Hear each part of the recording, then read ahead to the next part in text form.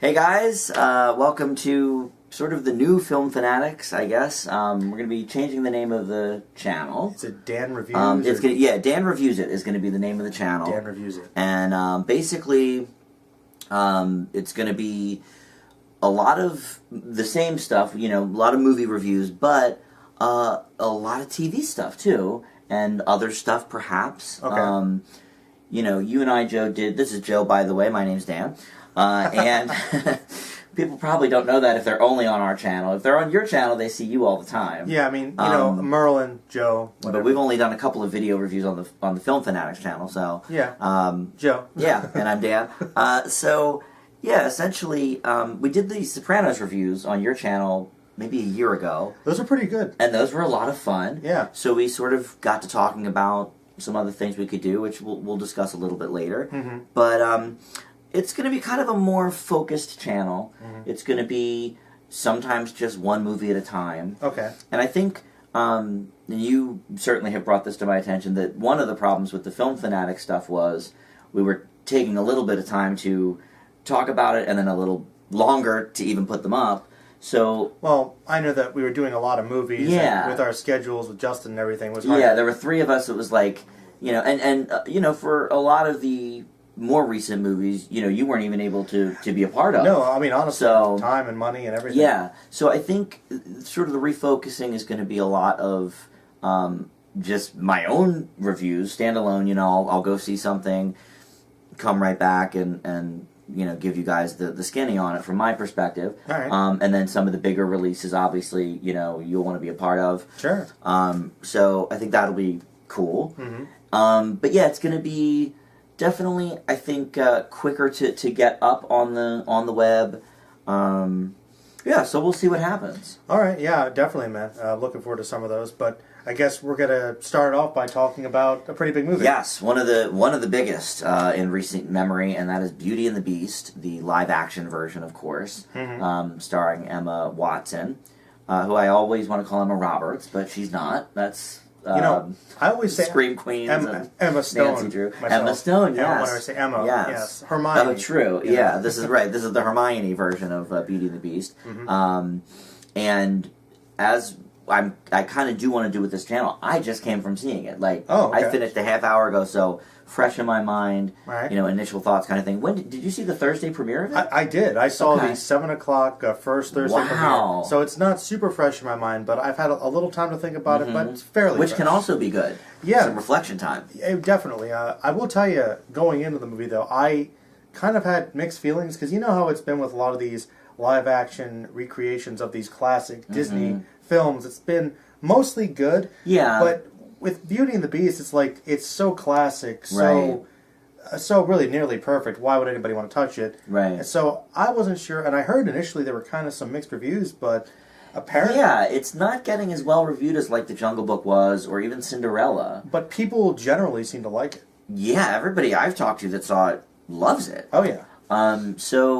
Essentially it's more akin, I think, to Cinderella than to The Jungle Book or Maleficent in the respect that it is very close to the animated version. Very close. They really didn't change a lot of things. There's a couple touches.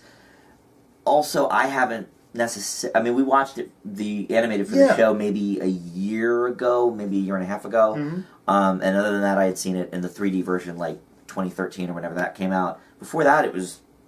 almost 20 years before I had seen it. Well, I grew up watching it all the time. Okay, all right. So, you, big fan. Pretty and I was a big fan, too, but we didn't actually own it, so it was one of those that, if you miss it, it goes back to the Disney Vault, and then you don't get to see it. That's true. So I had seen it, back in the day, but not since. But the animated is amazing. It's a classic, like I said, we talked about that, and I think all of us gave it an A+ or an A. Yeah, pretty high. Very high marks.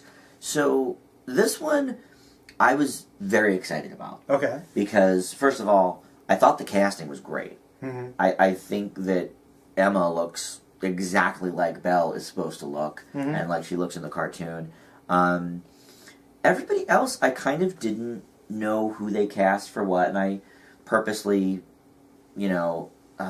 tried to avoid spoilery type things. I try to avoid a lot of previews.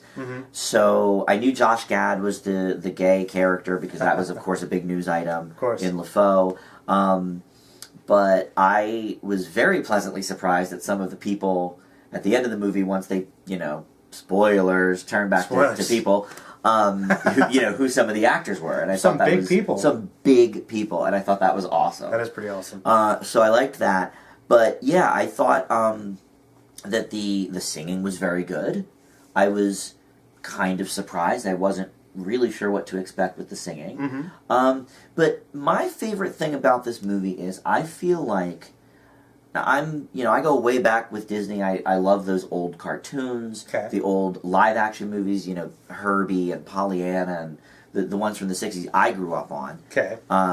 Not that I'm actually that old, but but we grew up watching that stuff and The Parent Trap and everything. This is the kind of movie I feel like Walt would have made if the technology existed to make this movie.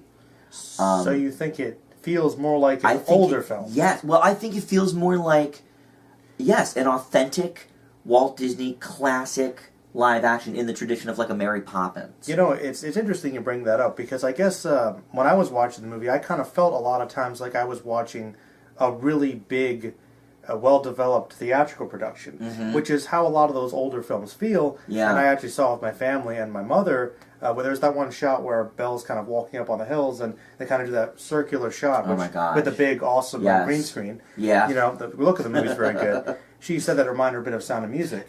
I thought the exact same thing, especially the way that the camera moved. You're right. It does kind of feel like an older, classic Hollywood Disney film. Yeah, and I think that's why the animated Beauty and the Beast is such a fond, thing for people, because that and The Little Mermaid, I guess, were the start of that Disney Renaissance that brought us then The Lion King and Mulan and all the 90s movies, Aladdin.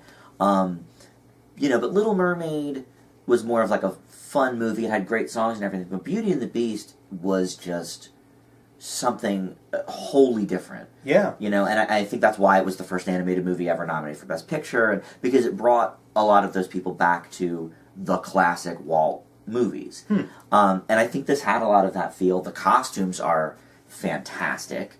What else? Yeah, I mean, the story is the story. I can't really say much to add to what we've already talked about when we did the animated review. It holds together very well. It's pretty much the same thing. Kevin Kline is great as the dad. I always loved Kevin Kline. Now, did you know going in that he was... I didn't either. No. And so that was a good surprise. Definitely. Like you said, there's a lot of big people, and Kevin Kline's one of those actors. He's a big actor. He's done a lot of good things, but he doesn't really pop up that much, though. No, you see him every now and then. And selecting some specific projects, and here he is, big Disney movie. Well, okay. Yeah. So he was good as the dad. I think... I agree with you. I think that one of the cool things about this movie was the costuming.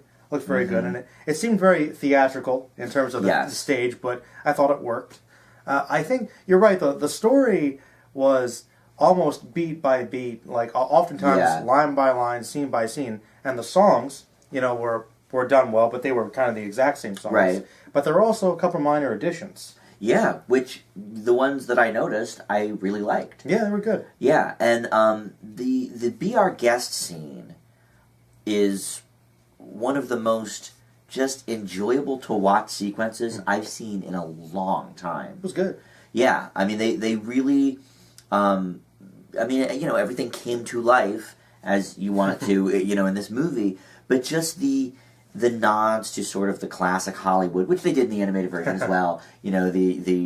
That famous shot of like the women jumping in the pool in the 30s and fanning out and everything. They do that. It's true. It's very colorful in that sequence. A lot of it. Dark, in other places. Which actually brings me to another area of this movie. It's very dark. And the original was very dark. Yeah, they're both pretty dark. Yeah, there's like 3 or 4 scenes specifically, like, when the wolves are going after Kevin Kline. Yeah. Obviously the Beast Gaston battle at the end. And I thought they were done very well. but scary. Yeah. I think you know, for little kids, which obviously, you know, people of all ages are going to see this. Yeah.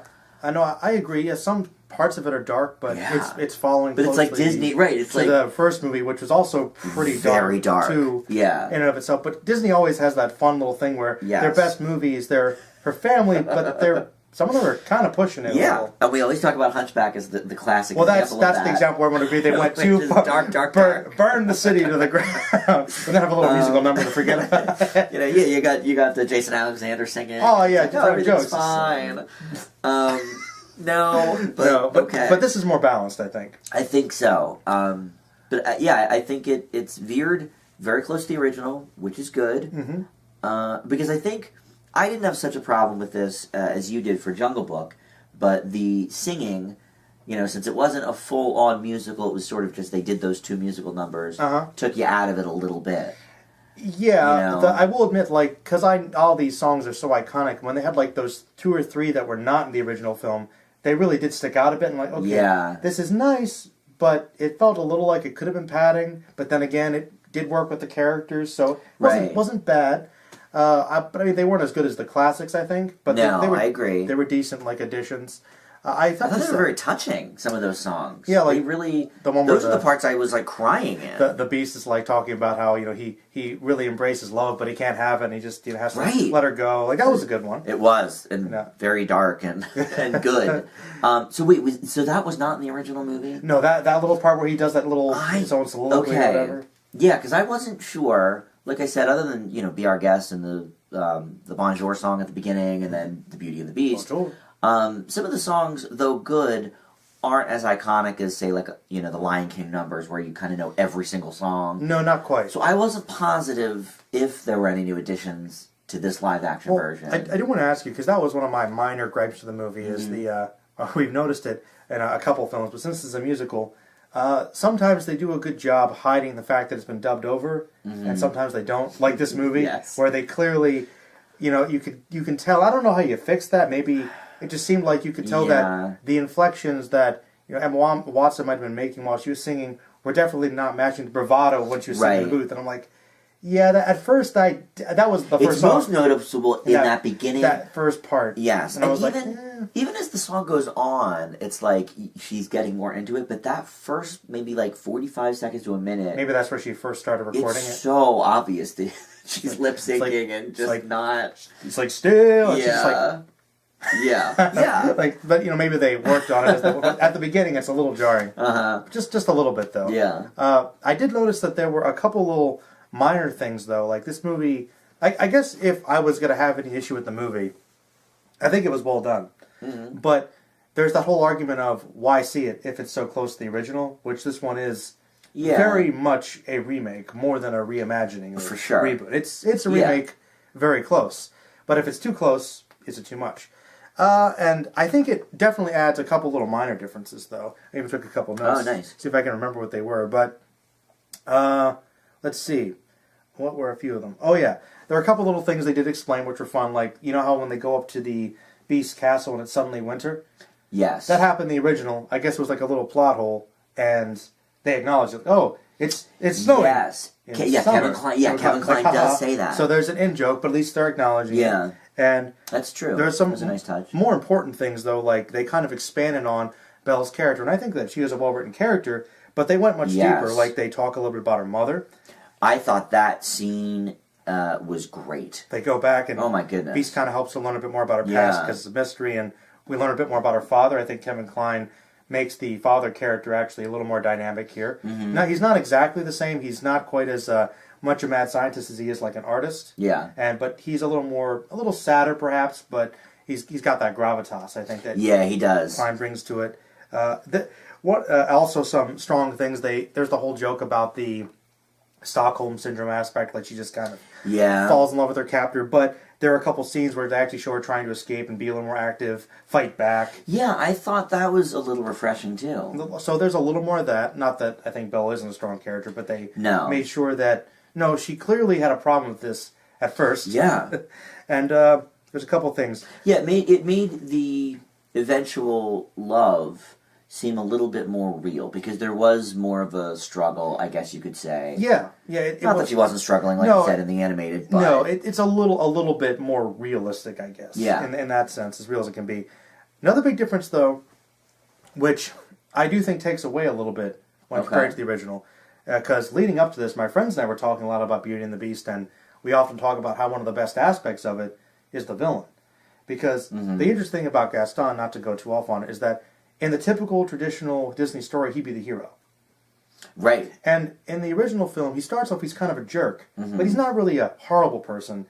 He's kind of slowly turned into that throughout the events of the film. Yeah. In this one, spoilers, he kind of was right from the start. Always was evil, and they kind of do this extra thing where he's still a jerk up until like things get worse with the Beast's eventual reveal in the original.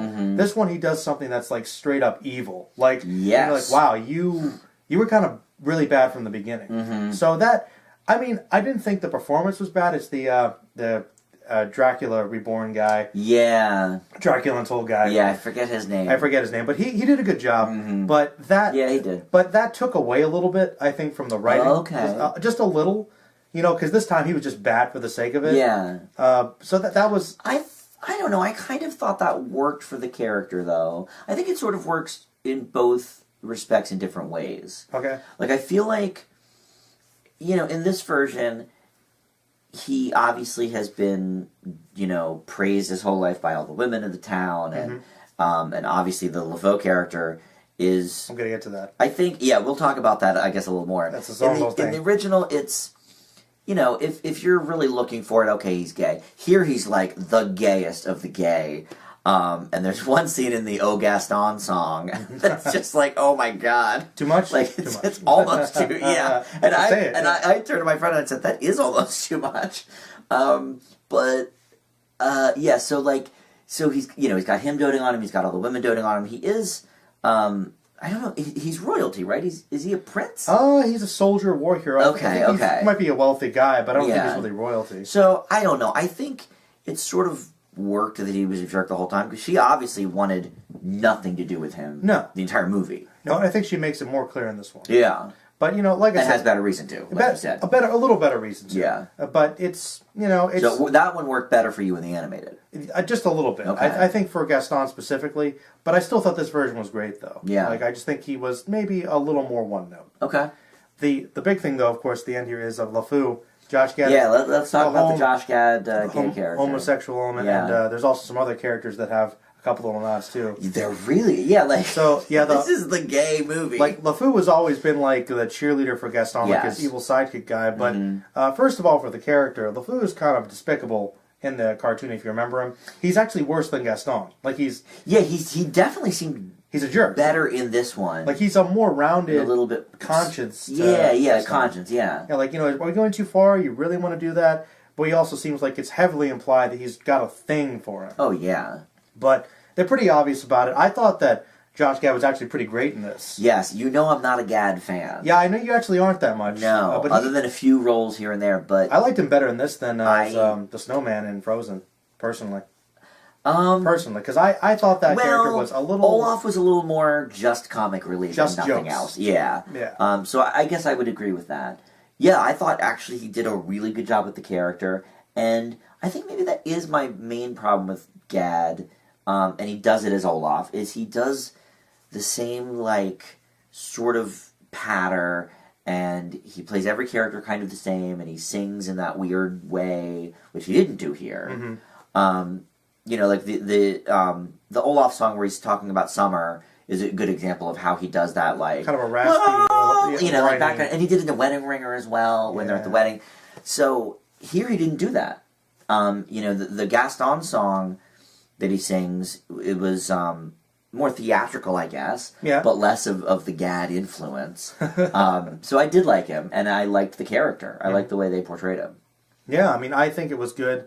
Did you think they went too much with it? Because I know that was like a minor controversy of this movie, is that one theater shut down. Yes. Like, I mean, I don't think there was anything inherently wrong with it. What's hilarious is that the buzz before the movie about, oh, he, you know, Disney, you know, has a gay character. First of all, that's not a first, but but I guess in such a blatant way it is. It's pretty obvious. Once you've seen the movie.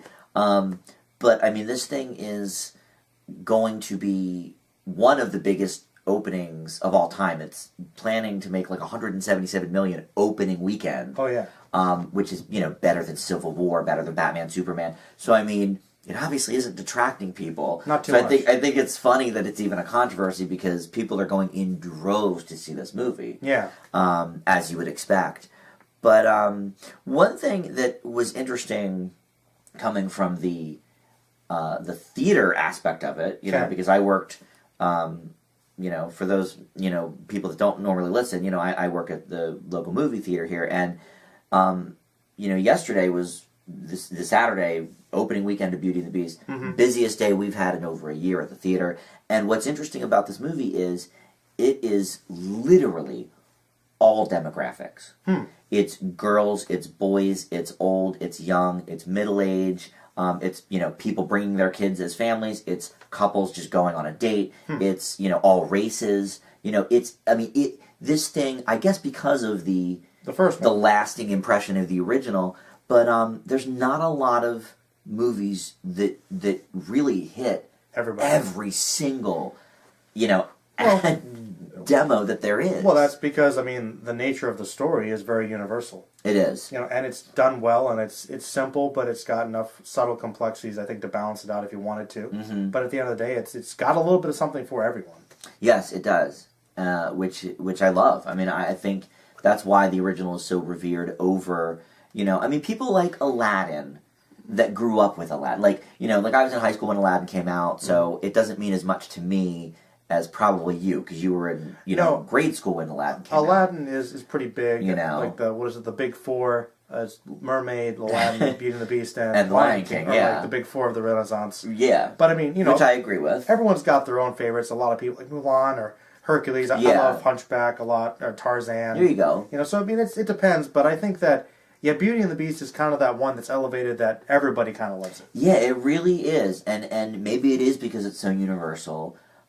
Because I can't say that it's not as fantastical as other Disney movies, because it certainly is. There's a lot of magic involved and, supernatural stuff. And so it's not that. I think it's partially the songs, but I think it's the universal themes and message of the movie. And let me ask you this, because this was sort of a sticking point at one time on Film Fanatics. Oh, no. Is the Belle character. Because I have to be honest, now, you talked about how they slightly changed her character a little bit for this version. A little bit. But I think she is just the best of the Disney princesses. I just love her. I agree. She's of all the Disney princesses, and it's funny because she's not a princess, so there's she's like a technical princess. You're right. Later, she's a good role model. She cares about education, being independent, being sufficient. She likes adventure, but she's also caring and open-minded and willing to make sacrifices, and she can stand up for herself, and she's intelligent. And she's got a great heart. She's got a great heart. Yeah. She's animated well. She can sing well. Yeah, so, she's somebody, I think, for everyone to look up to, whether they're male or female. Yeah. But she's also relatable, believable. And she's complex. She's complex. Yeah. Yeah, and I think that a lot of the other classics, like, Aurora or even Cinderella, aren't quite to that level. Yeah. Or Snow White, and I love Snow White. Snow White's a good story, but there's pretty gets everything. But she's nice, I guess. She is nice, but yes, as a role model-y type character, Snow White's kind of down here. Yeah, unfortunately. and Belle is higher up. You're right, though. She's not really a princess. She's one of those ones. And there's a technical couple. Princess. They kind of played fast and loose there. Like you had Megara was Hercules' girlfriend. She's just a person, and you've got Gypsy Esmeralda, right? And Mulan was Was Cinderella even a princess? Well, she married a prince at the end. Oh, that's true. She pretended to be. You're right. She pretended to be nobility. You're right. Pretended to be a princess, but no, she was a peasant. Yes, you're right. But it's typically most of them end up in that role, and Belle does too technically because she marries a prince. But yeah, that's true. Well, we don't know if they got married. I guess in this version, I think in the animated version they do, right? Well, you're right. As an epilogue, they just kind of celebrate. So in that sense, maybe it's also unrealistic. They doesn't necessarily go to that happy ending right away. Maybe not, but Oh, and also another little plot point. They acknowledged part of the curse was everybody in the town forgot about the prince that lived down the street. Yes. Well, Yeah, I couldn't remember if that was the way it was in the They just never talked about it. Yeah. It's like, oh, up there. Kevin Kline goes off the beaten path, and he's like, what is this? I've never been here, even though it's literally like an hour's horse ride from my house. And even Josh Gad, when they get back there, and some of the other characters were like, this looks familiar, I've been here before. I can't quite remember. Yeah. That was a good touch. It kind of was, yeah. All right, well, overall, it's not as good as the animated version. I think it would be hard to be. That's one of the greats. Yeah. But I have to say, I loved it. I give it an A. Really? Well, I thought it was really good, too. I just think that dubbing at first was a bit of an issue. That was a bit much, yes. That was a bit distracting for me. But really, that was my only real major issue with it. I'd give it an A, too. Oh, awesome. Yeah. Yeah, I think this one is going to be hard to beat. I know there's a lot in the works. They're working on The Lion King live. Well, if it's like The Jungle Book, that might be pretty awesome. It might be great. But this one's going to be hard to beat, I think. Well, yeah, beating the remake of the biggest Disney of the greatest, yeah. Doing it well. Yeah. Few things will beat that. That's very true. But you're right. It doesn't feel quite as good. Just one minor point. Do you think the story felt a little more rushed in this one? Just in parts. What's funny is I remember thinking, wow, it's 2 hours and 10 minutes. Like, that seems like longer than it needs to be. But I thought it kind of flew by. It flew by, but I thought it was very fast, though. I thought that they could have maybe excised one of the songs. Okay. To give a little more story, but I didn't think the story was necessarily rushed, I guess, just because I think they did hit all the necessary beats. It's true. But it did kind of fly by, so maybe it was a little bit rushed. I don't know. It didn't bother me too much. Yeah. I just felt like, oh, wow. They fleshed stuff out, but it still felt kind of rushed. Yeah. But I guess that's Beauty and the Beast for this one. Anything else you want to talk about before we wrap up? Well, I think, we just kind of wanted to maybe throw out some of the ideas that, we were both sort of thinking about for this channel. Yeah. You could put up a poll, too, probably. Oh, yes. It might help you. Very true, very true. Some of these options. Yes. So the name of the Facebook group is going to change as well. Oh. To Dan Reviews It. Okay. So if you're already a member of our old Film Fanatics Facebook group, you'll just, be along for the ride, and hopefully you'll stay with us. And yeah, I think a poll is a great idea for that kind of stuff.